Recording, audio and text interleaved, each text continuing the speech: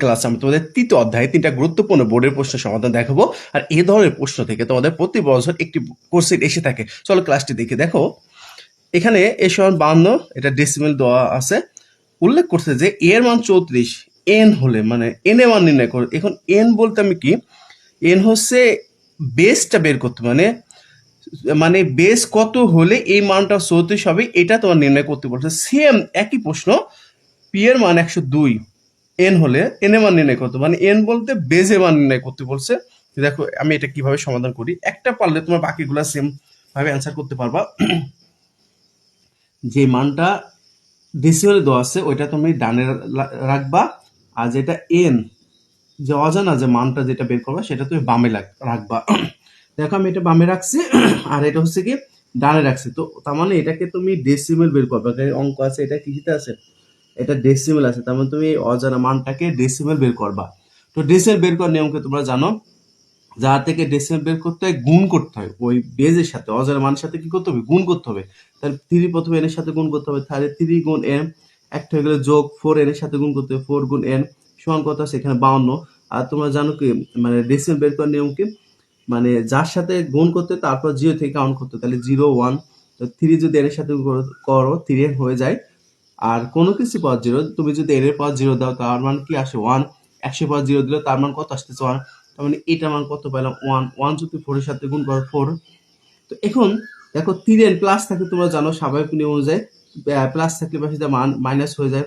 তো 52 থেকে -4 বাদ দিলে কত থাকে 48, আর গুণ থাকলে এই পাশে কি হয়ে যায়, ভাগ হয়ে যায়। তাহলে 3 ষোলং কত আসে, 3 ষোলং কত 48। তার মানে এই যে অজানা এন এর মানটা, এই মানটা হচ্ছে তোমার কত আছে 16 আছে।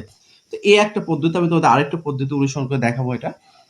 তো এটা হচ্ছে একদম সহজ একটা পদ্ধতি, মোরাক বা ডেসিমেল যে মানটা থাকবে আর অজানা যে মানটা থাকবে, ডেসিমেল থেকে যদি অজানা মানটা বের করতে বলে তুমি 16 দ্বারা ভাগ করবে। কত দ্বারা, 16 দ্বারা। তার মানে ডেসিমেল থেকে অজানা মানটা বের করতে হলে অজানা মানটা ছোট হলে, ডেসিমেল মানটা কত আছে 10 মানে 52 আছে, আর এই অজানা মানটা কত 34 আছে, তাহলে অবশ্যই 52 থেকে 34 ছোট। যদি ডেসিবেল মান থেকে অর্থাৎ দশমিক মান থেকে অজানা মানটা ছোট হয় 16 দ্বারা ভাগ করবা। দেখো এখানে আমি এটাকে 16 দ্বারা ভাগ করবো, এটা কত ছিল ডেসিমেল ছিল, আমি অজানা মানটা 16 ধরছি, 16 দ্বারা ভাগ করবো। তো নিয়ম অনুযায়ী 3 ষোলো কত 48, থাকে কত 4, 16 কিন্তু 3 এর মধ্যে কখনো যায় না, তাহলে 0 আর এই 3, তাই 3 4, অজানা মানটা কিন্তু 16 এর, অর্থাৎ এন এর মান মানে 16 হলে এটা হচ্ছে 34 হয়। সেম পদ্ধতি তুমি এটা অনুসরণ করো। তো আমি কি বলছিলাম যে ডেসিমেল থেকে যদি এন এর মানটা ছোট হয় 16 দ্বারা, আর ডেসিমেল থেকে এর মান বড় হলে 8 দ্বারা। তার মানে দেখো ডেসিমেল থেকে এখানে এন এর মানটা কিন্তু বড় 102, তার মানে এটাকে আমি 8 দ্বারা ভাগ করবো।